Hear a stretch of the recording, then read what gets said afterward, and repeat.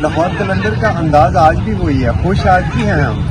देखें, कलंदर मायूस नहीं होते, ये तो हम सबको पता है। इतने सालों में इतनी सारी अच्छी परफॉर्मेंस के बावजूद, ना अच्छी परफॉर्मेंस के बावजूद भी हम कभी मायूस नहीं होते। आपको कलंदर कभी रोता नजर नहीं आएगा, गुस्सा करता नजर नहीं आएगा। देखिए, हारिस का बहुत बड़ा लॉस है ना कि हमारा अभी पाकिस्तान के लिए भी तो बहुत बड़ा, बहुत इम्पोर्टेंट वो एक बॉलर है।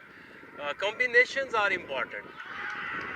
ये जो 5 बॉलर जब खेलते थे, जिसमें शाहीन है, जमान है, हारिस है, राशिद है, डेविड है, और सपोर्ट में आपको सिकंदर रजा आते थे, तो ये एक वर्ल्ड क्लास बॉलिंग अटैक है जिसकी बुनियाद पे हम बैक टू बैक चैम्पियन बने।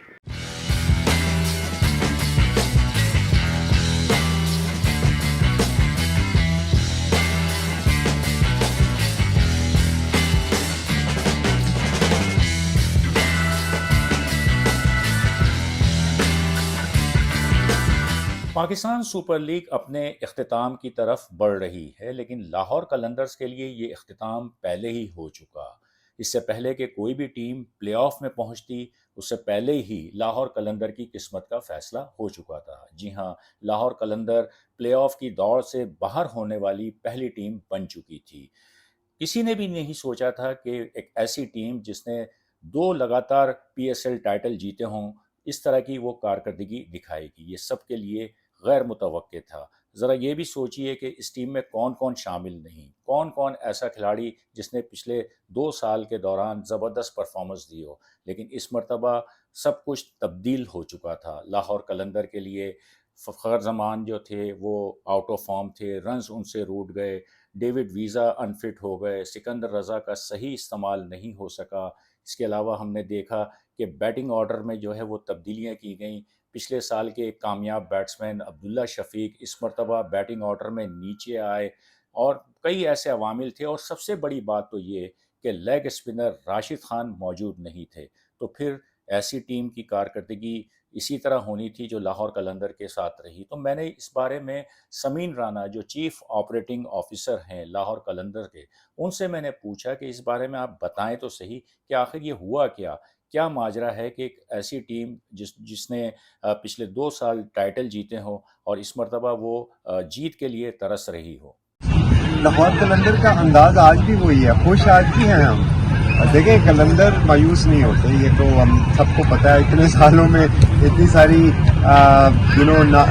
अच्छी परफॉर्मेंस के बावजूद, ना अच्छी परफॉर्मेंस के बावजूद भी हम कभी मायूस नहीं होते। आपको कलंदर कभी रोता नजर नहीं आएगा, गुस्सा करता नजर नहीं आएगा। आज भी वही है, गेम है, गेम में हार जीत होती है। इस दफ़ा हमारे कुछ चैलेंजेस ऐसे रहे जहाँ पे हमने स्ट्रगल किया, फॉर्म का मसला रहा, फिर इंजरीज, डेविड की इंजरी, राशिद की इंजरी, ताहिर बेग की इंजरी, फिर अवेलेबिलिटी, भानुका राजापक्षा की अवेलेबिलिटी, डैन लॉरेंस की अवेलेबिलिटी।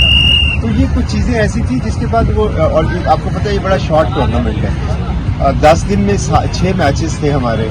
लेकिन उसके बावजूद अगर आप देखें तो हम वन साइडेड एक मैच सिर्फ हारे, बाकी 5 मैचेस हम हारे हैं वो हमने फाइट की है, लास्ट ओवर तक गए हैं। बट उसमें अनफॉर्चुनेटली रिजल्ट्स हमारी फेवर में नहीं आए, लेकिन वो गेम का हिस्सा है और हम इसको इसी तरह ही लेते हैं। और अब हम बात करते हैं फास्ट बॉलिंग। फास्ट बॉलिंग का शोबा लाहौर कलंदर का जमान खान, हारिस रऊफ और कप्तान शाहीन शाह आफरीदी पर मुश्तमिल था।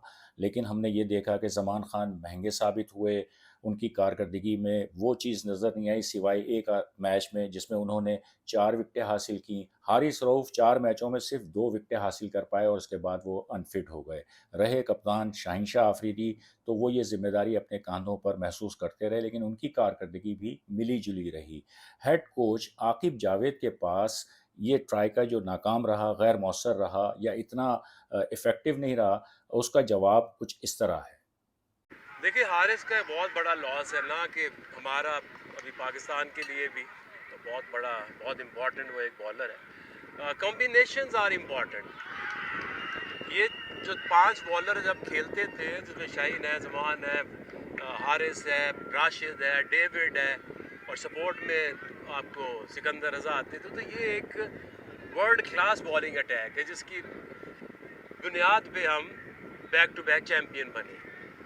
उसमें हारिस अनफिट हुआ, डेविड अनफिट हुआ, जो राशिद खान आए नहीं हैं, तो डेफिनेटली अगर आपके 6-5 में से 3 पिलर हिल जाएं तो प्रॉब्लम तो आएगी। बट अगर आप देखें तो एज कोच मैं यही समझता हूँ कि हर सीज़न आप एक ऐसा एक्साइटिंग टैलेंट लेकर आएँ और शोकेस करें। आई एम वेरी कॉन्फिडेंट कि जहांदाद जो एक ऑलराउंडर है, he is for the future. Zimbabwe से ताल्लुक़ रखने वाले सिकंदर रज़ा जब इस पीएसएल में खेलने आए तो उससे पहले उन्होंने दुबई में होने वाली जो यूएई में होने वाली ILT20 लीग में 313 रन्स बनाए और 13 विकेटें हासिल की थी। जी हाँ, एक ज़बरदस्त ऑलराउंड परफॉर्मेंस जिसकी वजह से उन्हें टूर्नामेंट का बेहतरीन खिलाड़ी भी करार दिया गया। लेकिन इस पीएसएल में हमने देखा कि उनका जो इस्तेमाल है वो सही तरीके से नहीं हुआ। बॉलिंग में भी कभी उनको आज़माया गया, कभी उनको एक ओवर भी नहीं मिला। और रही बैटिंग ऑर्डर की बात, तो वो जो है कभी जहादात खान, कभी शाहिनशाह आफरीदी उनसे ऊपर गए बैटिंग में। तो मैंने समीन राणा साहब से पूछा कि क्या ये तासुर सही है जो हमने देखा है कि सिकंदर रज़ा का जो इस्तेमाल है वो आप लोगों ने सही तौर पर नहीं किया? या तो ये होता कि वो चौथे नंबर पे खेलते आते तो हमने उनको नीचे कर दिया होता तो समझ भी आती। सिकंदर का हमेशा से 5वां छठा नंबर है। डिपेंडिंग ऑन मैच सिचुएशन हम अपनी टीम को एडजस्ट कर रहे थे और कोशिश यही थी कि हम मैक्सिमाइज कर सकें अपने जितने भी रिसोर्सेज हमारे पास हैं। सिकंदर को चांसेस भी मिले हैं, ये ऐसा नहीं है कि सिकंदर को चांसेस नहीं मिले, लेकिन अनफॉर्चुनेटली सिकंदर खुद भी कहते हैं उनसे वो परफॉर्मेंस नहीं आ सकी। क्रिकेट में आपको पता है ऐसे होता है जब प्रोबेबिलिटीज़ है ना, जो चीज़ नहीं हुई हमें लगता है कि अगर वो हो जाती तो शायद अच्छा होता। सिकंदर से ऊपर करवा लेते तो शायद अच्छा होता, अब्दुल्ला को ऊपर भेज देते तो शायद अच्छा होता, फ़खर को शायद छठे नंबर पे ले आते तो शायद अच्छा होता। लेकिन हम ये मफरूज़ात पे क्रिकेट नहीं खेलते, हम एक बिलीफ के ऊपर खेलते हैं, हम एक प्लानिंग के ऊपर खेलते हैं। वो प्लानिंग कभी सक्सेसफुल होती है, कभी सक्सेसफुल नहीं होती। अच्छा, लाहौर कलंदर के जो हेड कोच हैं आकिब जावेद, वो अपनी टीम के जो शेड्यूल है उससे वो मुतमईन नहीं, उससे खुश दिखाई नहीं दिए और उनका कहना था कि बहुत कम दिनों में हमें मुस्तकिल जो है वो मैचेस खेलने को मिले। और उनका ये भी कहना है कि उनकी टीम ने बहुत अच्छी परफॉर्मेंस दी है सिवाय एक मैच के जिसमें वो एकतरफा तौर पर हारी। बाकी तमाम मैचों में उसने टफ फाइट दी और क्लोज फिनिशिंग रही। जिस तरह के हमें 10 दिन में 6 मैच आ गए, होता ही है कि आपका एक फेज चल रहा होता है। अगर आप उसमें नीचे जा रहे होते हैं तो आपको संभलने का टाइम नहीं मिलता। जितने भी मैचेस अभी तक हुए हैं, इसमें एज कोच एक मैच है जिसके ऊपर मैं कह सकता हूँ कि वेरी डिसअपॉइंटिंग गेम 6, जो कि हम बहुत ही बुरा खेले। उस दिन ना फील्डिंग, ना बॉलिंग, ना बैटिंग, कुछ नहीं चला। बाकी जो मैचेस है उसमें अगर आप देखें तो बहुत क्लोज मैचेस गए हैं, आखिरी बॉल, आखिरी ओवर। तो हमारा मकसद ये होता है कि एक पॉजिटिव क्रिकेट खेली जाए। एट टाइम्स जो रिजल्ट्स हैं आपकी फेवर में नहीं आते।